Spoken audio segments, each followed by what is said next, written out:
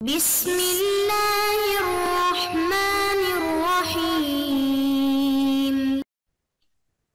بسم اللہ الرحمن الرحیم الحمد للہ وکفا وسلام علی عبادہ الذین اصطفى اما بعد۔ عزیز طلبہ، نور الایضاح کتاب کی آج ہماری یہ کلاس نمبر 43 ہے، اور آج کی کلاس میں ہم جس فصل سے سبق کا آغاز کریں گے وہ ہے فصل فی الاذکار الواردہ بعد الفرض، کہ یہ فصل ہے ان اذکار، ذکر اور اذکار کے بارے میں جو فرض کے بعد وارد ہوئی ہے۔ فرض نماز پڑھنے کے بعد احادیث وغیرہ میں مختلف قسم کے ذکر و اذکار کا تذکرہ ہے، اور اس بارے میں اصولی بات ذہن میں رکھ لینی چاہیے، اس کے بعد کی تفصیلات انشاءاللہ کتاب میں آ جائے گی۔ وہ یہ ہے کہ جس فرض نماز کے بعد سنتیں نہیں ہیں، جیسے مثال کے طور پر فجر کی نماز ہے اور اسی طرح عصر کی نماز،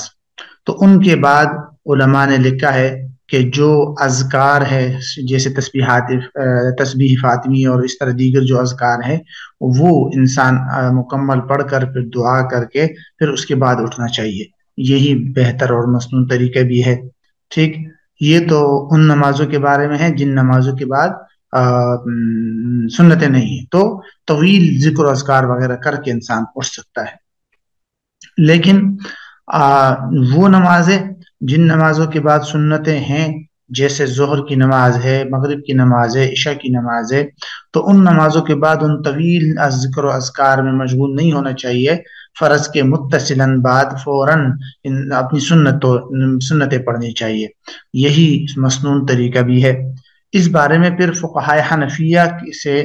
دو اقوال مروی ہے۔ کچھ فقہا تو یہ فرماتے ہیں کہ بھئی بہتر اور مسنون یا مستحب یہ ہے کہ جیسے ہی فرض نماز ہو جائے تو فوراً سنتیں شروع کرے، اور کچھ فقہا یہ فرماتے ہیں کہ نہیں، آپ فوراً نہ بھی کرے اور بیچ میں کم از کم جو ضروری ایک دو دعائیں ہیں وہ اگر آپ پڑھ لے تو کوئی حرج نہیں ہے، جس طرح کے، لیکن زیادہ طویل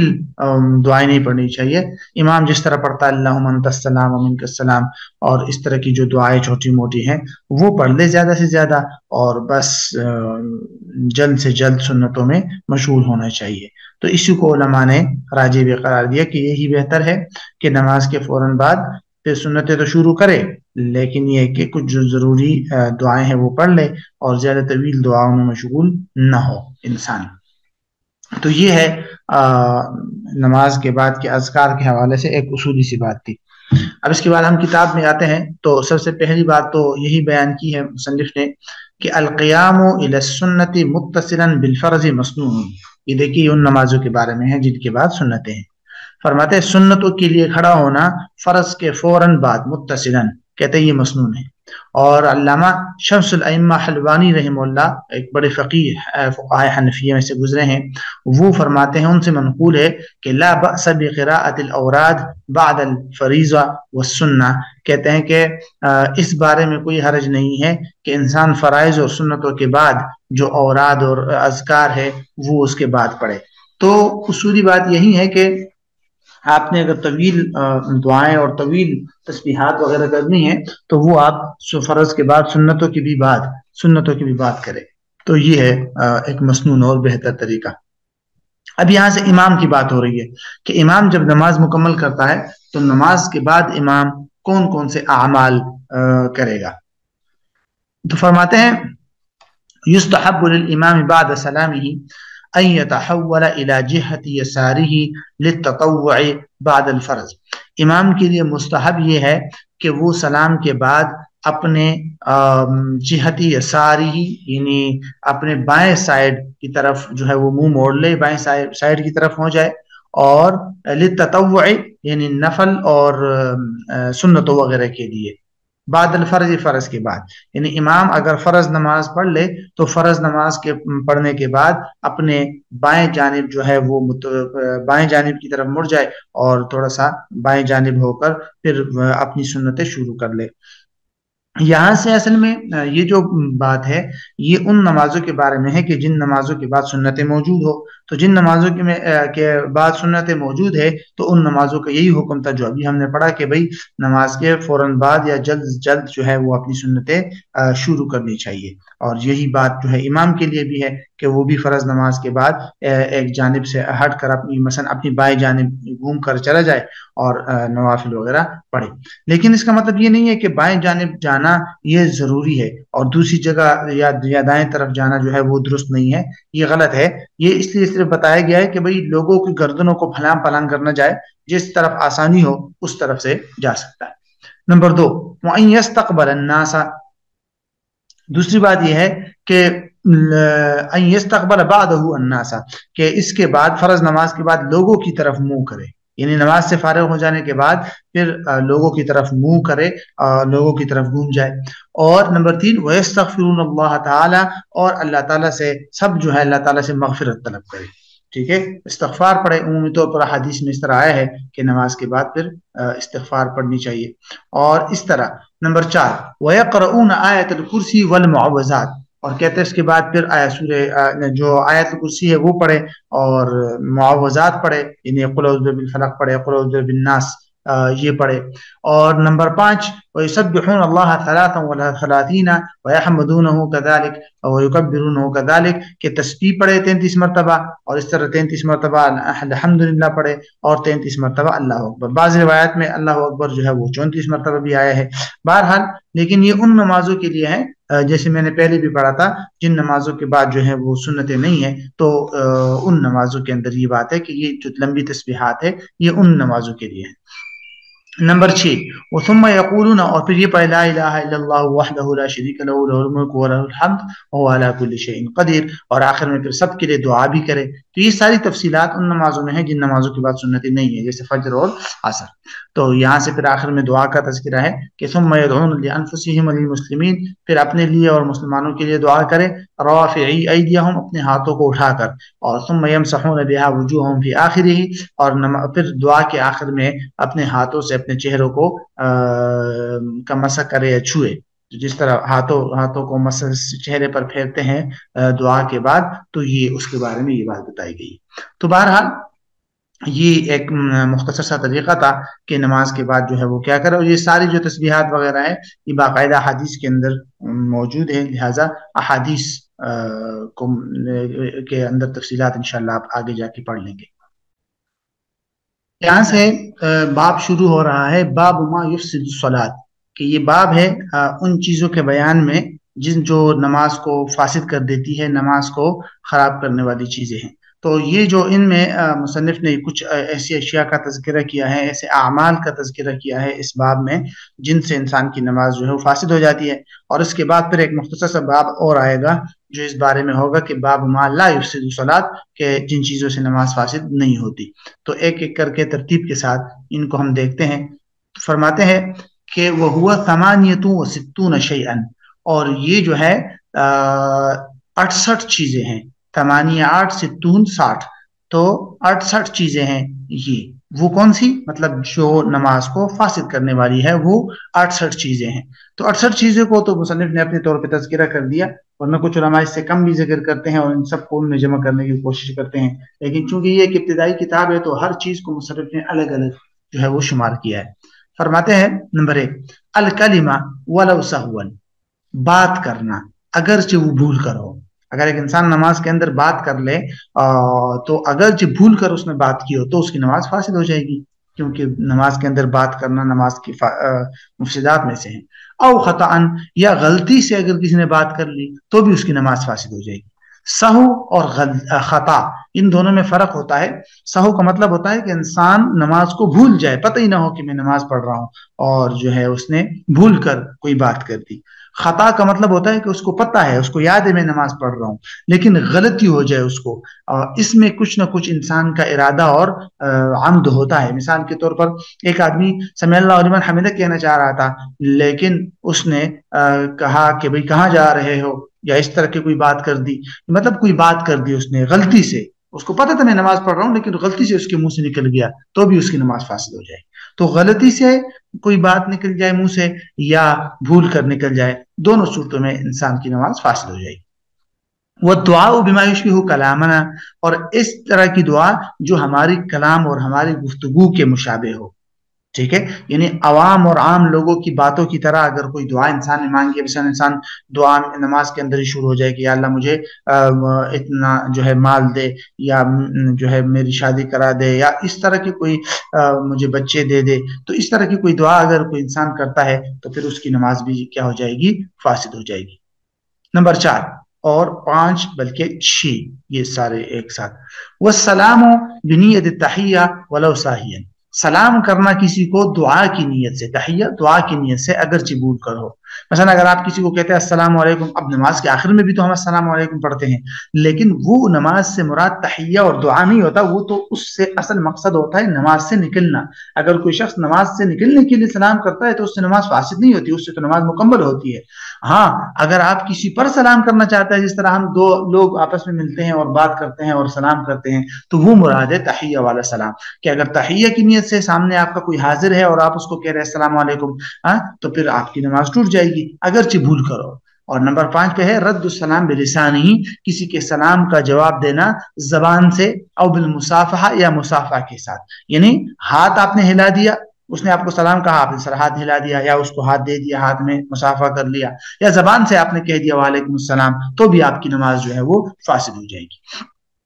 نمبر 7 یہ بڑا اہم ہے، العمل الکثیر، کہ عمل کثیر سے بھی نماز فاسد ہو جاتی ہے. یعنی نماز کے دوران ایسا کوئی کام کرنا جو زیادہ کام ہو، عمل کثیر کے زمرے میں آتا ہو، تو اس کی نماز فاسد ہو جائے گی. عمل کثیر کس کو کہیں گے ہم؟ یعنی ہم کون سے ایسے عمل کو یا فعل کو ہم کہیں گے کہ بھئی یہ عمل کثیر ہے اور کون سا جو ہے عمل قلیل ہے؟ تو اس کے لیے معیار علماء نے بڑی کتابوں کے اندر ذکر کیے ہیں. اگر آپ دیکھیں گے تو علامہ زیلعی رحمہ اللہ نے تبیین الحقائق میں اس کی تقریباً 4-5 تعریفات ذکر کی ہے کہ عمل کثیر کیا ہے اور عمل قلیل کیا ہے. راجع و قول جس کو علماء نے اختیار کیا ہے کہ وہ یہ ہے کہ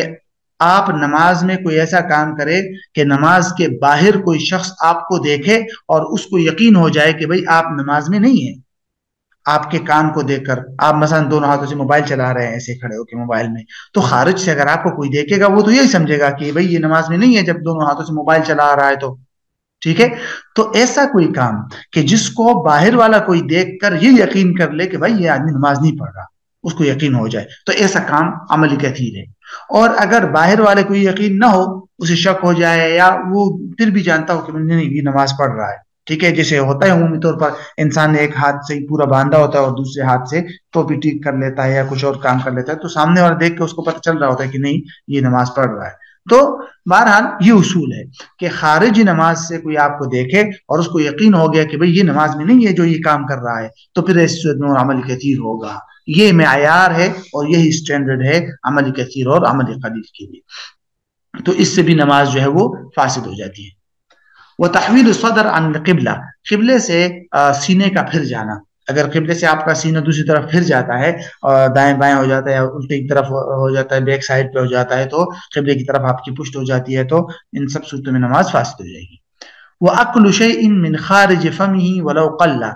اور کسی چیز کو کھانا من خارج فمہ منہ کے باہر سے، ولو قلّ اگرچہ وہ کم ہی کیوں نہ ہو. یعنی اگر آپ باہر سے کوئی چیز کھائیں گے، آپ کے منہ میں یا دانتوں میں پہلے سے کوئی چیز اٹکی ہوئی نہ ہو، بلکہ باہر سے آپ نماز پڑھ رہے ہیں اور باہر سے کوئی چیز آپ کے منہ میں چلی جائے اور آپ نے کھا لی، تو آپ کی نماز فاسد ہو جائے گی اگرچہ وہ کم سے کم چیز کیوں نہ ہو. ٹھیک ہے، لیکن اگر آپ کے دانتوں میں کوئی چیز پہلے سے پھنسی ہوئی ہے اور آپ نماز پڑھ رہے ہیں اور پھر وہ ہٹ گئی دانتوں سے اور آپ نے اس کو نگل لیا، تو اس صورت میں نماز کا کیا حکم ہے؟ وہ آگے نمبر 10 میں آ رہا ہے، ذرا دیکھیے. کہتے ہیں کہ وَأَكْلُ مَا بَيْنَ أَسْنَانِهِ إِنْ كَانَ كَثِيرًا وَهُوَ قَدْرُ الْحِمَّصَ وَشُرْبُهُ. کہتے ہیں ایسی چیز کو کھانا جو اس کے دانتوں کے درمیان ہو، تو اس سے نماز کب فاسد ہوگی؟ ان کان کثیرن، اگر وہ بہت زیادہ ہے تو تب اس سے نماز فاسد ہوگی. اب زیادہ اور کم کی مقدار کیا ہے؟ آپ کے دانتوں میں کوئی چیز پھنسی ہے پہلے سے ہی اور آپ نے نماز شروع کر لی اور وہ دانتوں والی چیز آپ نے نگل لی، تو اب اگر وہ زیادہ ہے تو آپ کی نماز فاسد ہو جائے گی، اگر وہ کم ہے تو نماز فاسد نہیں ہوگی۔ تو کم اور زیادہ کے لیے معیار کیا ہے؟ تو اس کے لیے علماء نے لکھا ہے کہ قدر الحمصہ، ایک چنے کی مقدار کے برابر، اگر چنے کی مقدار کے برابر ہے تو یہ کثیر ہے، نماز فاسد ہو جائے گی، اگر اس سے کم ہے تو پھر نماز فاسد نہیں ہوگی۔ وہ شربو، اور ایسی چیز کو پی لینا، ٹھیک ہے، تو کوئی بھی ایسا مثلا کوئی چیز آپ نے اگر ایسے ہی منہ کھولا اور آپ کے منہ میں بارش کا قطرہ بھی گر جائے تو بھی علماء نے لکھا ہے کہ اس سے نماز فاسد ہو جائے گی۔ والتنحنح بلا عذر، بغیر کسی عذر کے کھانسنا،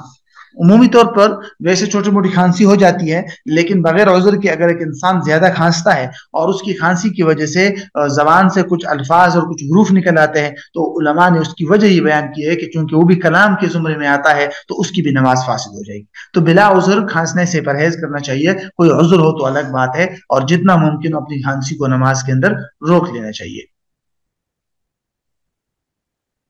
اچھا جی، یہ جو 3-4 چیزیں ہیں ان کا تعلق جو ہے وہ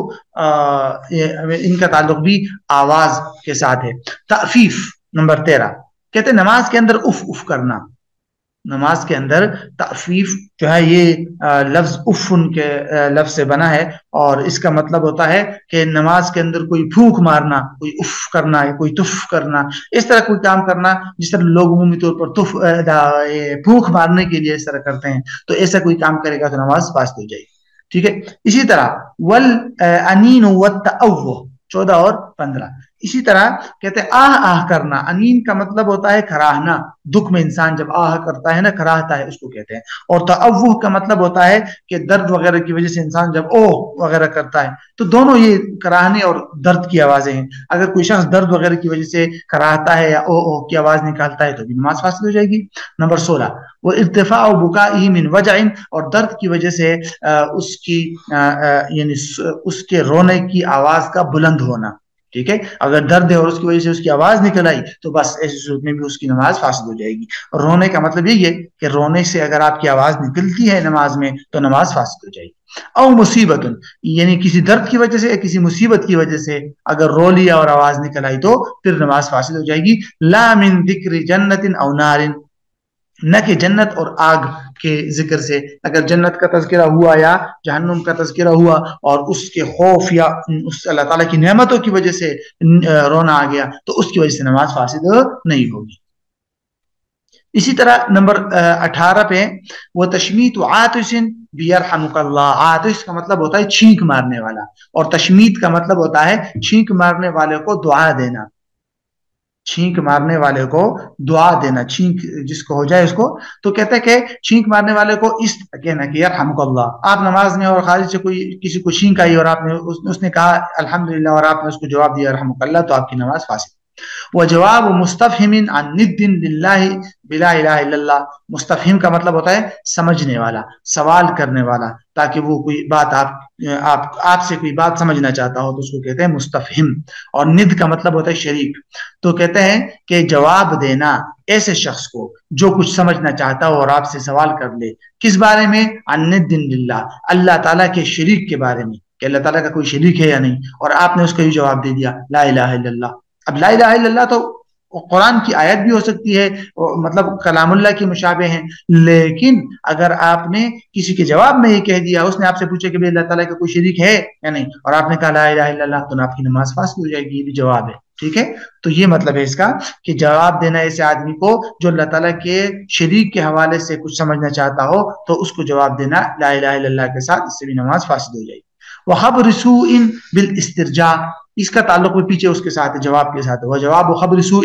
بری خبر کا جواب دینا استرجاع کے ساتھ، اس سے بھی نماز فاسد ہو جائے گی۔ یعنی استرجاع کا مطلب ہے انا للہ و انا الیہ راجعون، اگر بری خبر کے کوئی شخص یہ پڑھتا ہے تو اس کی بھی نماز فاسد ہو جائے گی۔ وسار